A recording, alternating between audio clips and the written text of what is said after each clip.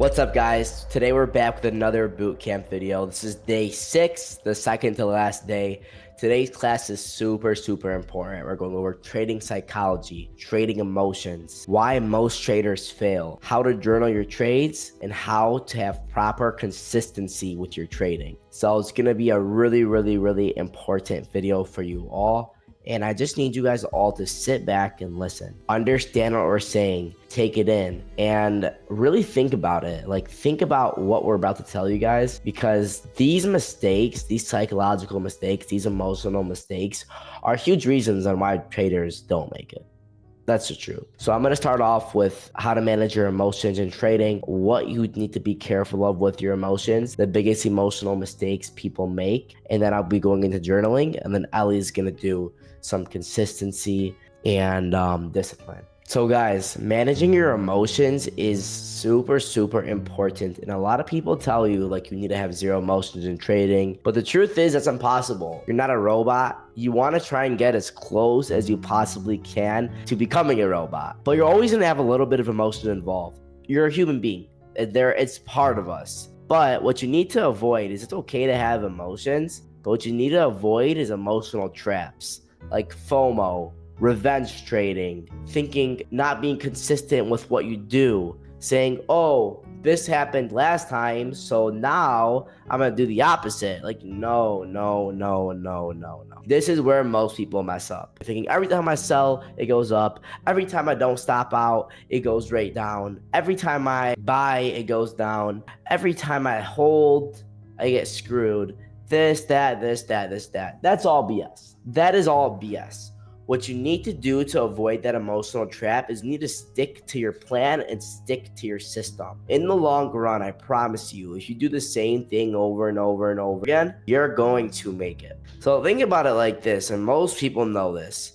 It's like in blackjack, right? In blackjack, if you have a 16 against a 10, and then you hit one time and you bust, and the next hand you get the same exact hand and you stand it, and you would have won, you would be pissed, right? But in your head, you're thinking, I hit it last time, I'm going to stand it this time, blah, blah, blah. That's BS. You need to stick to what you're doing.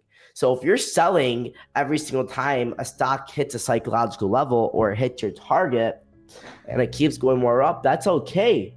You need to stay consistent with what you're doing.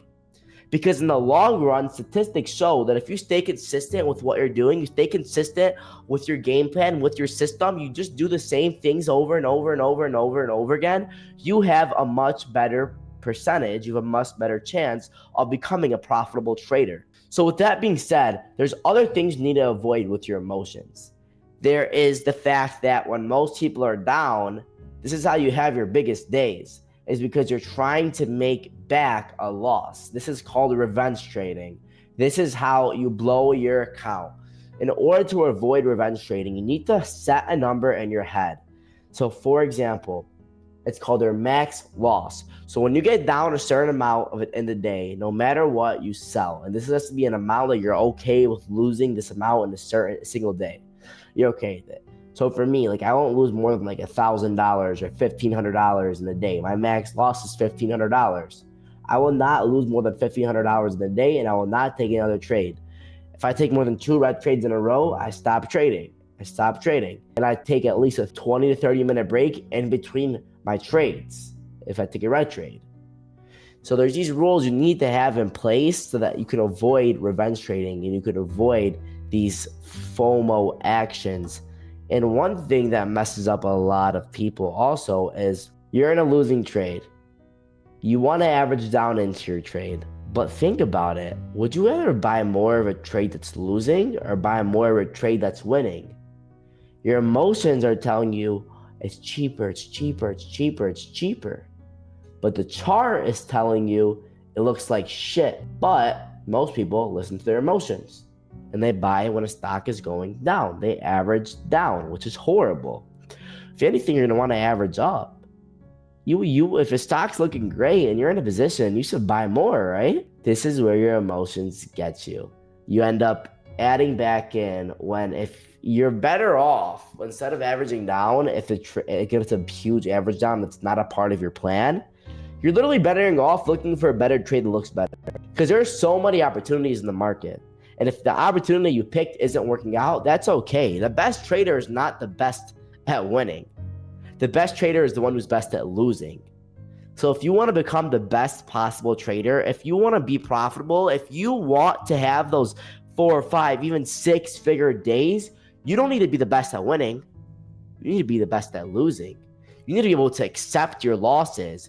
You need to be able to feel the same type of way when you lose to when you win. There's 3 types of winning trades in the stock market. There's winning trades, there's big wins, there's small bit wins, and there's small losses. Those are all winnings trades. As well as break-even trades are also winning trades. So 4. 1 second, guys. So, guys, recap on emotions. You really want to avoid the emotional traps. You want to avoid revenge trading. You want to avoid the what if, the shoulda, woulda, coulda, all of that. You need to stay consistent with what you do. You need to try and act as much as a robot as you possibly can.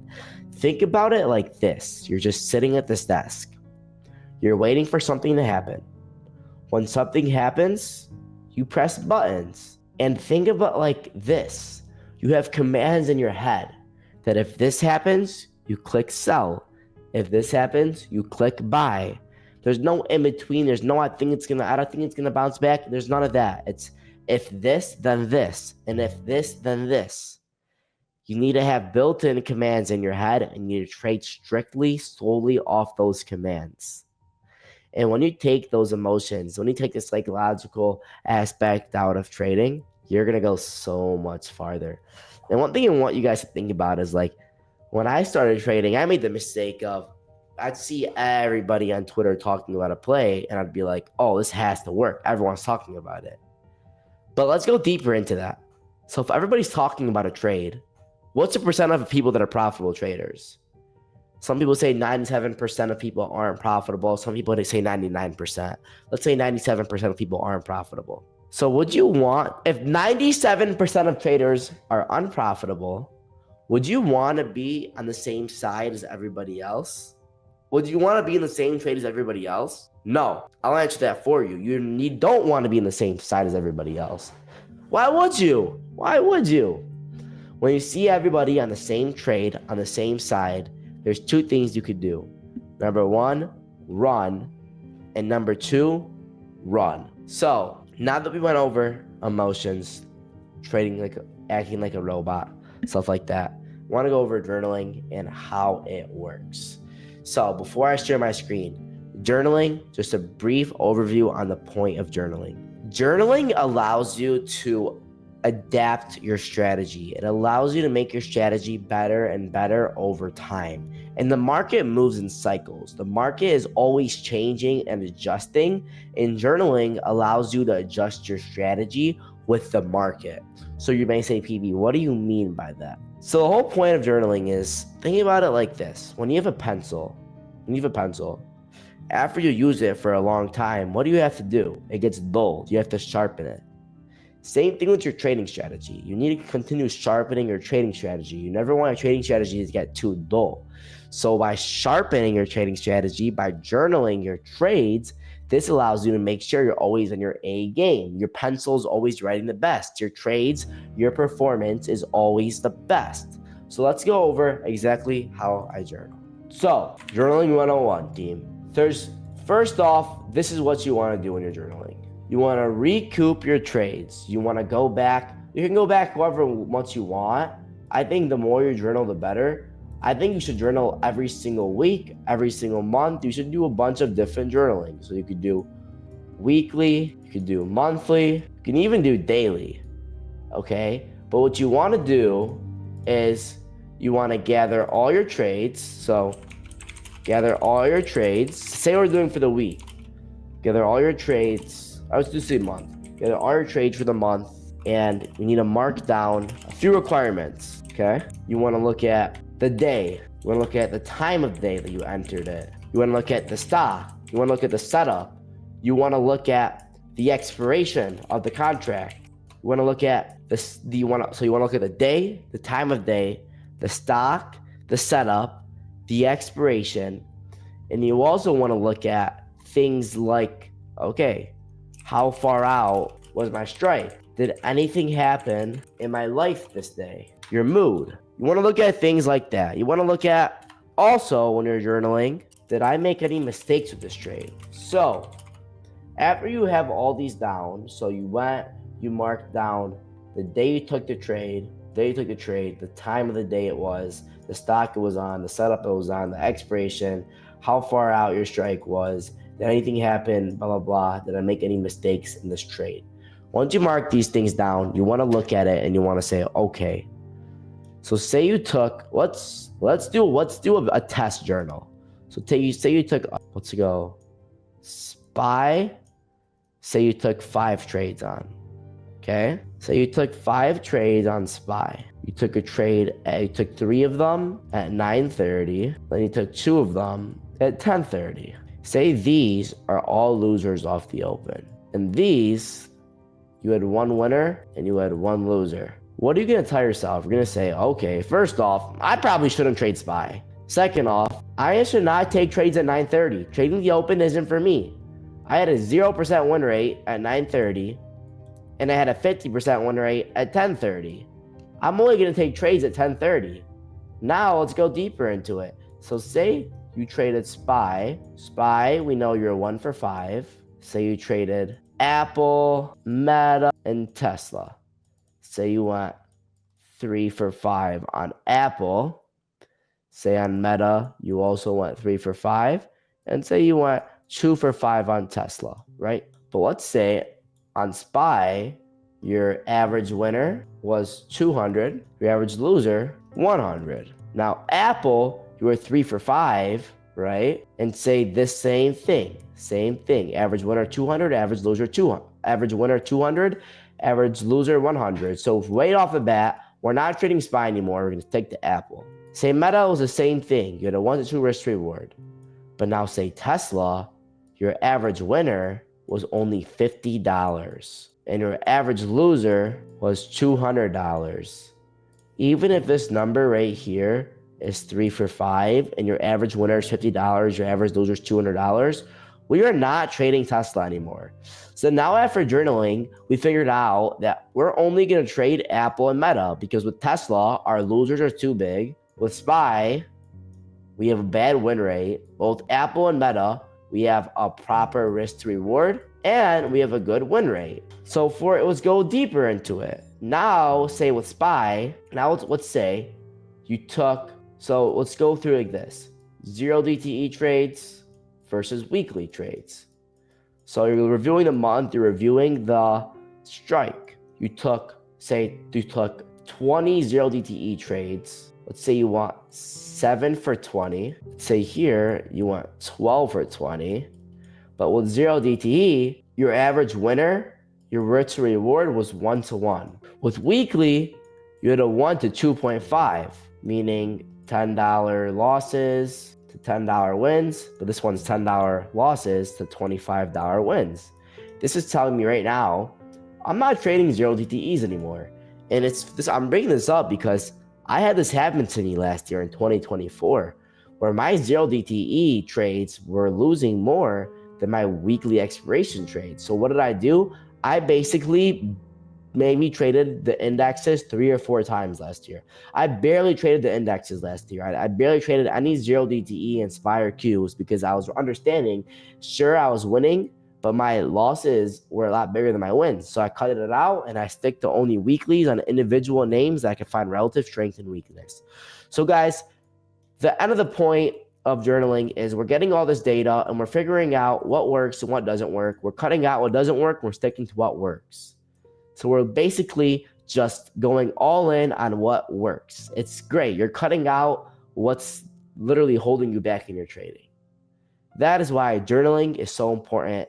And I hope this helps you understand, journaling, you're just going through your data of your trade and you're seeing what your losses have in common, what your wins have in common. You're cutting out what your losses have in common and you're doing what your wins have in common. With that being said, Ellie, it's all you. All right. Thank you. And guys, if you're not journaling at this rate, you got to journal because you're not going to know what you're doing wrong if you don't journal. A lot of people, when they get into the journaling space, they just kind of, oh, I did this and this. I'm like, no, what really happened? So you probably heard before sometime in your trading career, or if you're brand new, you haven't heard before. But all about emotions when it comes to trading. Unfortunately, I wish I could have Elon code a Neuralink to go into my brain so I could take the emotions out, but we're not there yet. Maybe in the future. All right, tough joke, but okay. So building emotional discipline. How do we do this? All right, how do we do that? It's all about our trading process. And I'm actually going to show you my exact process so you can walk through it. And again, feel free to copy it. I find that a lot of traders, when they actually have a set process of how they're going to look at charts, set things up, set their alerts, et cetera, they have a higher win rate because they come to the market prepared. Okay, so what is my process? So every single Sunday, minimum for 2 hours, I look for setups. And what does that mean? Right? Basically, if it's football season, I'm watching the football game, go Birds, right? Just going through charts. What looks good? What looks bad? What looks tradable? Right? You don't want to be sitting in a chart that's making squiggly lines across the screen. You want to find those big, clean breakouts that have bases or big breakdowns that are now retesting key levels. So you want to get like a collection of those. And you don't have to do this on Sundays. Most traders will tell you that their weekday starts on Sunday. However, you can also do this at nighttime. But the plan for this is you just want to know what the dailies are doing, because not every day a daily is going to give you a signal to hop in and make money. So what I do is I set price alerts. And what I mean by set price alerts is, say that there's a stock, we'll use this example up here, is retesting 100, which is like a key psychological level. I'm going to set a price alert there. You can do it on TradingView. It's free, of, hey, we're touching 100 again, just so I'm constantly having an eye on the market and what's kind of going on. Because what happens is there's so much craziness in the markets that you really miss those, we call them the fat pitch layups, like the easy jump shots to win the game and start building your account. So that's my process outside of the market. Let's talk about when the market actually opens. So I'm going to switch the colors here just so it looks prettier. So every single day you want to wake up 1 hour before the market opens. Why? You can't just wake up at, if you're on the East Coast, right, 9:29 and expect to start trading, because you want to see what's moving. You want to take time to digest. You want to take time to also wake up. Trading is by nature extremely stressful. So you want to make sure you're nice, relaxed, calm, and prepared as soon as the market opens. So that's why I recommend traders wake up 1 hour before the market opens. Now, if you have a job or anything like that, maybe listen to like a morning show or something like that that's talking about stocks, right? You always want to keep having your mind around stocks just so you're aware of what's happening, headlines, things like that. The easiest way to do this is to scan a watch list. So we've shared many times. I recommend you watch a video on PB's YouTube called How to Find Stocks to Trade.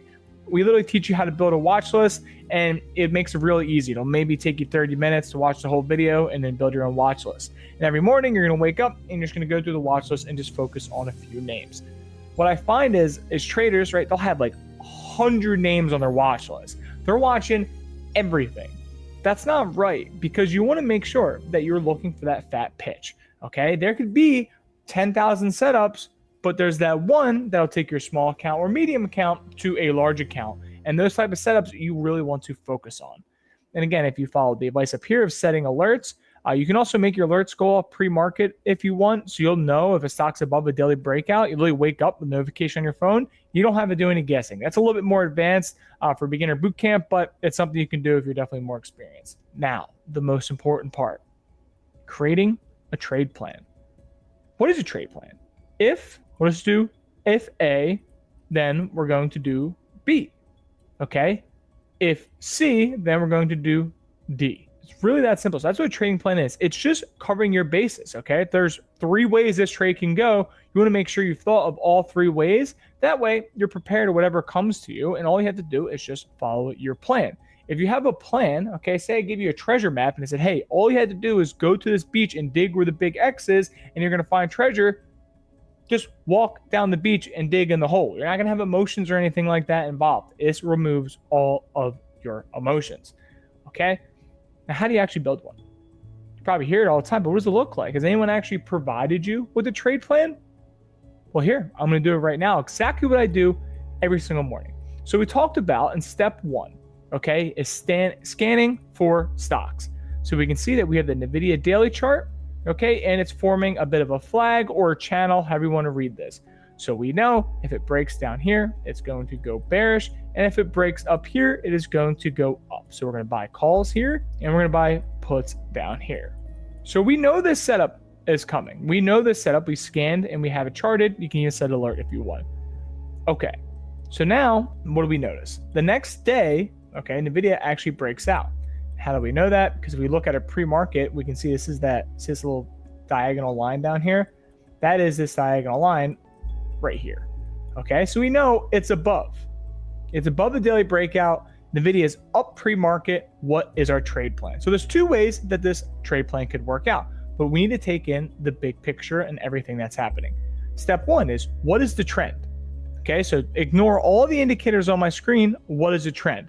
If I draw an arrow like this, is NVIDIA going up or is it going down? Clearly, it's not going down. So let's just erase that. Oops, there you go. So we can tell what is the trend. So first question you want to ask yourself every single day is, what is the trend? So the trend is up. Okay, and if the trend is up, that means we are going to buy calls. So that's step one. Step two is, where is it relative to your levels? Remember, this is the pre-market. So we can see, okay, right before the market opens, this is also a 5-minute chart, by the way, we can see that NVIDIA is opening at the highs.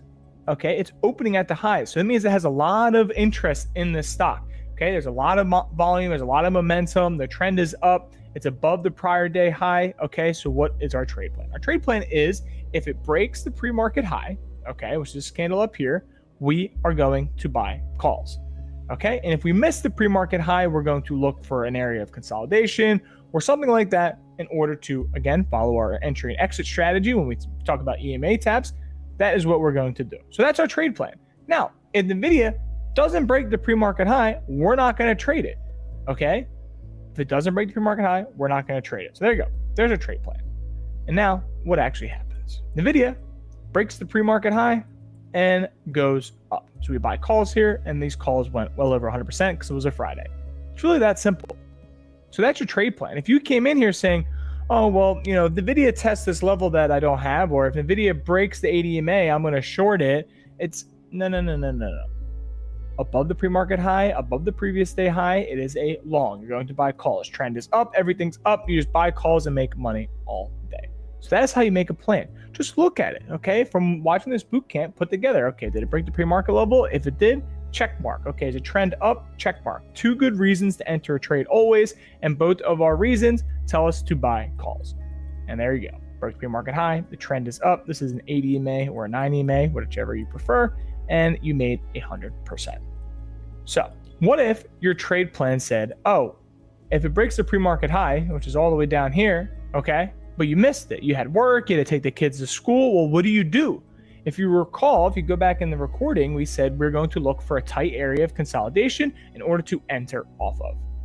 Now, we missed it because we had to drive the kids to school. That's fine. When a stock is moving very violently and very fast, okay, and has a lot of interest and it's breaking out of a daily, blah, blah, blah, you get the idea. We can always find another area of tight consolidation. So, is there tight consolidation on any of these candles here on the left? No, it's going straight up, okay? So we can't justify an entry there, right? Because we buy up here, we have to assume that risk-based mindset is going to come all the way back down and make us lose money. But we can see on the video, just kind of resting in here. Now, if I just draw something like this, all right, and another part like this, so it's just kind of resting. This is a bull flag. So the video is flagging out, and that is what we always look for when it comes to another entry. Again, we had this already planned out. We don't have to guess on where we're going to enter. We're going to enter, breaks out the flag, off the 80 EMA or the 90 EMA. There's your entry right there, and you're going to sell always at high day. And that is it. So you missed the big move off the open. Have no fear. You still made 50% up here. That is it. Notice we had both areas covered. And now if you were able to hit the pre-market high, you could even take some of that money you made off that first trade and put it into this flag and stretch your gains. Hopefully, from this example, you see the importance of a trade plan.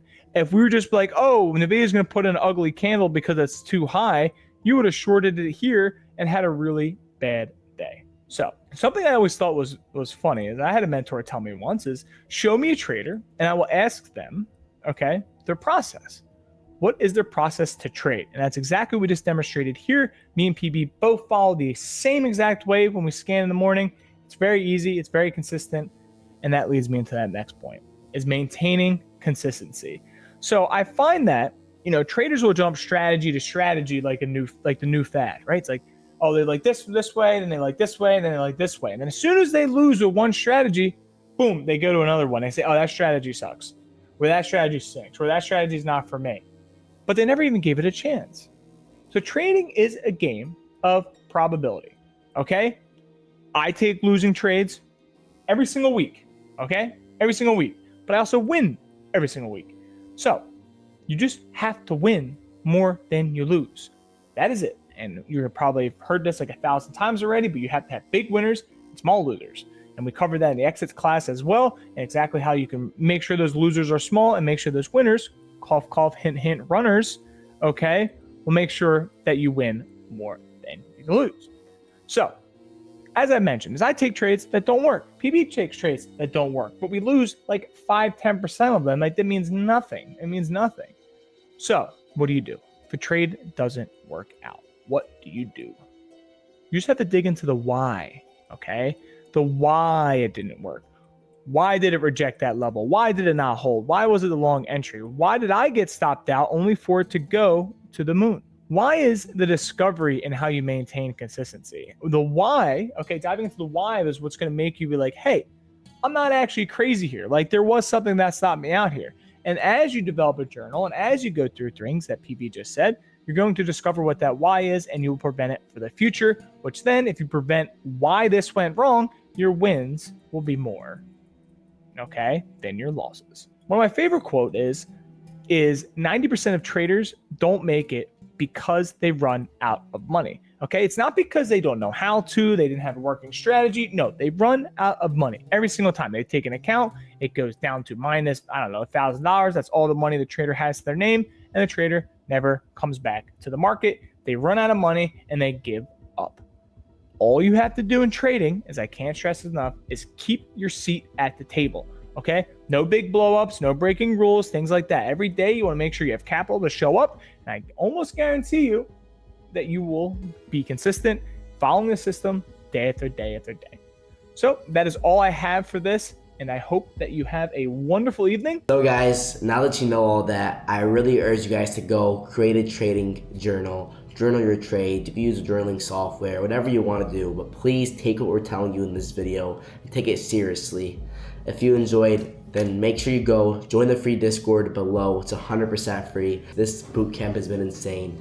And tomorrow, day 7, is going to be super, super important as we're going to be wrapping everything together. It's been really, really hard. It's been really, really good for all of you guys. And I hope you guys have enjoyed. I really do. Subscribe, like, comment. Peace.